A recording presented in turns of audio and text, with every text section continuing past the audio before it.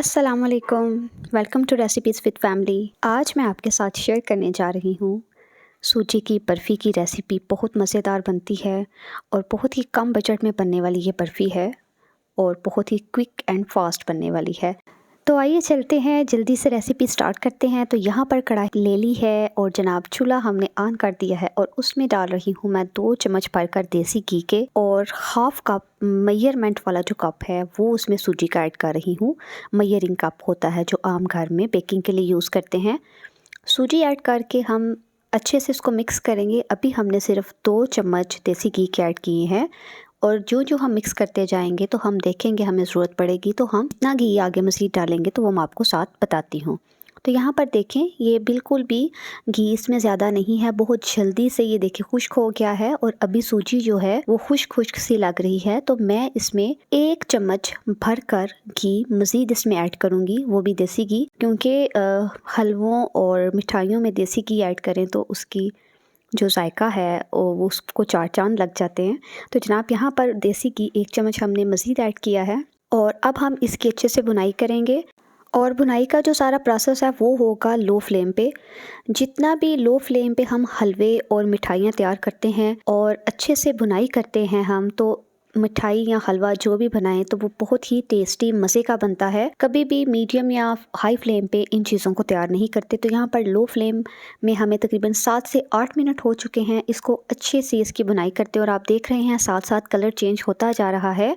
और अब सूजी का कलर काफ़ी चेंज हो चुका है, ब्राउन हो चुका है, लेकिन इसको मज़ीद हम 2 से 4 मिनट के लिए भूनेंगे तो ये गोल्डन ब्राउन हो जाएगा। अच्छे से सूजी भून जाएगी तो बहुत ही मज़ा देगी और टेस्ट में भी इजाफा होगा, कच्चापन नहीं रहेगा। और यहाँ पर देखें बहुत अच्छा सा इसका गोल्डन कलर आ चुका है। लो फ्लेम पे ये सारा काम हमने किया था और इसी तरह से हम इसको मिक्स करते जाएंगे ताकि सूजी जो है वो एकदम से बहुत ज़्यादा डार्क भी ना हो जाए, इक्वली कलर आए। तो उसके लिए हम चम्मच चलाते रहेंगे। और यहाँ अब मैं इसमें ऐड कर रही हूँ दूध इसमें फ्रेश मिल्क हम ऐड करेंगे 1 कप भरकर। मेजरमेंट वाला कप ही लिया है, तो यहाँ पर 1 कप भरकर हम फ्रेश दूध ऐड करेंगे जो कि ऑलरेडी बॉयल था। चूल्हे का फ्लेम अभी भी लो है और अभी भी हमने इसको हाई नहीं करना। और यहाँ पर साइडों पे जो सूजी लगी है वो भी हम 7-7 चम्मच के दूध में ऐड करते जाएंगे और मिक्स करते जाएंगे और ये आहिस्ता आहिस्ता थिकनेस की तरफ जाता जाएगा। और यहाँ पर देखें इस तरह से ये सारा प्रोसेस हमने करना है। कोई फ्लेम आप देख रहे हैं कि मीडियम भी नहीं, उसमें बबल्स भी नहीं बन रहे, सिर्फ ये लो फ्लेम पे सारा प्रोसेस हो रहा है। मिक्स करते जाएंगे इसको अच्छे सा। और अभी ये देखें हमें थोड़ा सा पतला रनी फील हो रहा है, लेकिन जब ये थोड़ा सा थिक होगा तो तब हम इसमें ड्राई मिल्क ऐड करेंगे और उससे जो है कि मज़ीद ये गाढ़ा हो जाएगा। लेकिन अभी ये देखें थोड़ा सा पतला है, थोड़ा सा थिक होगा तो हम इसमें ऐड करेंगे 1/4 कप ड्राई मिल्क। किसी भी अच्छे ब्रांड का आप यूज़ करें। और देखें अब इसमें हमने ड्राई मिल्क ऐड कर दिया है। ड्राई मिल्क ऐड करके इसको अच्छे से मिक्स करेंगे ताकि तमाम जो खुश्क दूध हमने इसमें ऐड किया है और बाकी की जो तमाम चीज़ें हैं वो अच्छे से मिक्स हो जाएं। और इसी तरह से हमने लो फ्लेम पे ये सारा काम करना है। बहुत ही कम वक्त में ये बनने वाली मिठाई है और बहुत ही कम बजट में ये बन जाती है। कोई इसमें हमने खोया ऐड नहीं किया और बिना खोए के भी ये बहुत ही टेस्टी और बहुत ही मज़े की बनने वाली है। सेम प्रोसेस करना है, आपने इसको मिक्स करते जाना है। और यहाँ पर देखें जनाब, अब हम इसमें ऐड करेंगे चीनी भी हम इसमें 1/4 कप ऐड करेंगे और चख लेंगे। जब ये थोड़ा सा थिक होगा और इसमें चीज़ें मिक्स हो जाएंगी मज़ीद तो हम चख लेंगे, अगर ज़रूरत पड़ेगी तो मज़ीद ऐड करेंगे, क्योंकि जो खुश्क दूध ऐड किया है इसमें वो भी मीठा ही है। जो लोग चीनी ज़्यादा पसंद करते हों, मीठा ज़्यादा पसंद करते हों, वो इसमें थोड़ी ज़्यादा भी ऐड कर सकते हैं। तो आप चख सकते हैं तो मज़ीद चीनी ऐड कर लेंगे। और यहाँ पर हम चीनी ऐड करके अच्छे से इसको मिक्स कर रहे हैं। इसी तरह से देखिए जैसे मैं मिक्स कर रही हूँ, आपने इसको मिक्स करते जाना है ताकि जो चीनी हमने ऐड की है वो भी इसमें अच्छे से घुल जाए। चीनी ऐड करने के बाद तकरीबन हम 5 मिनट तक इसी तरह से इसको लो फ्लेम पे अच्छे से मिक्स करते जाएंगे। और यहाँ पर देखें इसमें दूध जो था वो खुश्क हो चुका हुआ है, चीनी मिक्स अच्छे से हो चुकी है। तो अब इसमें ऐड करेंगे हम फूड कलर। ज़र्दा रंग लिया है मैंने थोड़ा सा, 1 पिंच के बराबर पानी में उसको मिक्स कर लिया है। और यहाँ पर देखें ज़र्दा कलर ऐड करके उसको अब हम अच्छे से मिक्स कर लेंगे। अपने तमाम जो चीज़ें हमने पहले ऑलरेडी इसमें डाली थी तो ज़र्दा कलर ऐड करके अच्छा सा मिक्स करेंगे, बहुत प्यारा सा इसमें कलर आ जाएगा। अगर आपके पास ज़ाफ़रान हो तो जब हमने दूध ऐड किया था तो उस दूध में थोड़ा सा ज़ाफ़रान ऐड करके हम इसमें मिक्स करेंगे तो भी बहुत प्यारा कलर आएगा। बाज़ लोगों के पास ज़ाफ़रान नहीं होता तो वो उसकी जगह पर फूड कलर येलो यूज़ कर सकते हैं, जैसे मैंने किया है। तो टेस्ट में कोई फ़र्क नहीं पड़ेगा, कलर पे फ़र्क पड़ेगा कि कलर अच्छा सा कलर आ जाएगा जनाब, येलो कलर डालने से भी और ज़ाफ़रान डालने से भी। तो दोनों में से कोई भी आप एक चीज़ ऐड कर सकते हैं। इस तरह से हम मिक्स करते जाएंगे और अच्छे से चम्मच के साथ उसको मसलते जाएंगे और जो अमेज़ा है ये सारा मुलायम मुलायम होता जाएगा। तो बस यही इसका प्रोसेस है। इसको लो फ्लेम पे अच्छे से हमने मिक्स करना है। अभी आप ये देखें, ये कढ़ाई के साथ थोड़ा थोड़ा सा चिपक रहा है और जब ये रेडी हो जाएगी बर्फ़ी तो ये कढ़ाई में अपना आप छोड़ देगी, तो तब ये बिल्कुल डन होगी।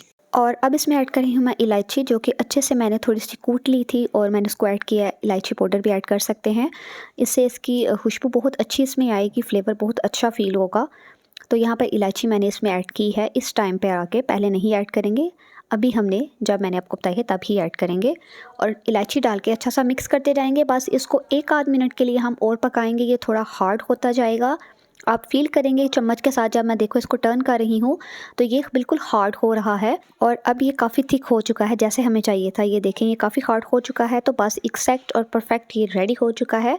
नेक्स्ट प्रोसेस जो हमने इसका करना है अब वो ये है कि हम लेंगे एक ट्रे और ट्रे के नीचे लगा लेंगे थोड़ा सा घी, उसको अच्छे से ग्रीस कर लेंगे और उसमें तमाम ये जो अमेज़ा है वो डाल देंगे और उसको फिर चम्मच की मदद से हम प्रेस करते जाएंगे। इस तरह से उसको दबाते जाएंगे और उसको बहुत बारीक भी नहीं करेंगे, थोड़ी सी मोटी लेयर ही इसकी बनाएंगे। तो सारा हम डाल के इसको अच्छा सा प्रेस करके तो जनाब देखें इसको ऐसे सेट करते जाएंगे और साइडों से किनारों से उसको हम एक अच्छी सी शेप दे देंगे ताकि जब हम कटिंग करें तो बहुत प्यारी सी जनाब हमारी बर्फ़ी कट हो जाए। और यहाँ पर देखें इस तरह से ट्रे में हमने इसको सारा निकाल लिया था और जनाब हम सारी इसकी साइडें जो हैं वो भी डन कर रहे हैं और सारा जनाब ये देखें काफ़ी अच्छे से इसमें हमने इसको डालकर सेट कर लिया है।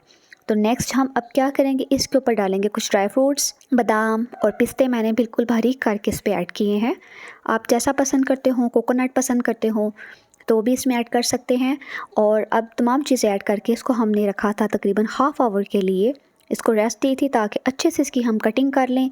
और यहाँ पर जनाब हाफ़ आवर के बाद इसकी मैं कटिंग कर रही हूँ। जिस शेप में भी चाहें, स्क्वायर, ट्रायंगल, जैसे भी आप चाहें आप इसको कट करें और ये आसानी से कट हो जाएगी। आसानी से आप इसको ट्रे में से निकाल सकते हैं, बिल्कुल ऐसे जैसे मैं आपको दिखा रही हूँ। और इसी तरह से वन बाय वन करके हम बाकी के सारे पीसेस जो हैं वो निकाल लेंगे और उनको अच्छे से हम प्लेट में रखते जाएंगे वन बाय वन करके और बहुत इजीली ये कट होके तो हम इसको निकाल कर रख सकते हैं। कहीं भी ये जुड़ेगी नहीं, चिपकेगी नहीं, ना हाथों के साथ ना ट्रे के साथ। तो जनाब बर्फ़ी बहुत मज़े की रेडी हो चुकी है।